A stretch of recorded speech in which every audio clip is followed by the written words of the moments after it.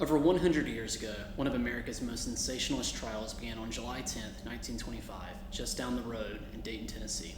The case, known as the Scopes Trial, pitted local high school biology teacher John T. Scopes against the state of Tennessee. At issue was the Butler Act, a state law which banned the public school teaching of, quote, that man has descended from a lower order of animals, unquote.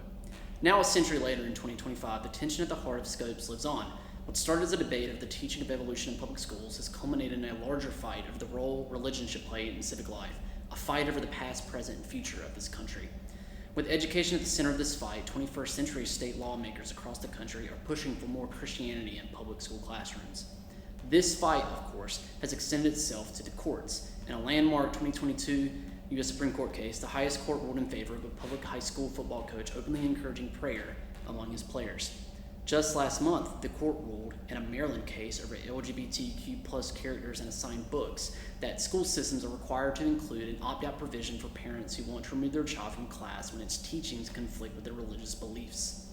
The entire MAGA movement is itself a representation of the tension at the heart of Scopes. In just one example of the political religiosity in President Donald Trump's administration, the Internal Revenue Service, breaking away from the Johnson Amendment instituted decades ago, said last week that churches can endorse candidates from the pulpit.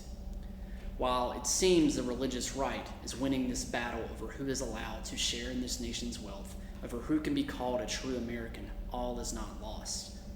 We can build a country where bigotry is not justified through religious belief, where the separation of church and state is maintained. It took a century after Scopes for the religious right to tighten its grip on power. It's up to the rest of us now to build an alternative movement, one based on a vision for a future where everyone in this country is deemed worthy of being American, regardless of race, gender, income, or religious creed.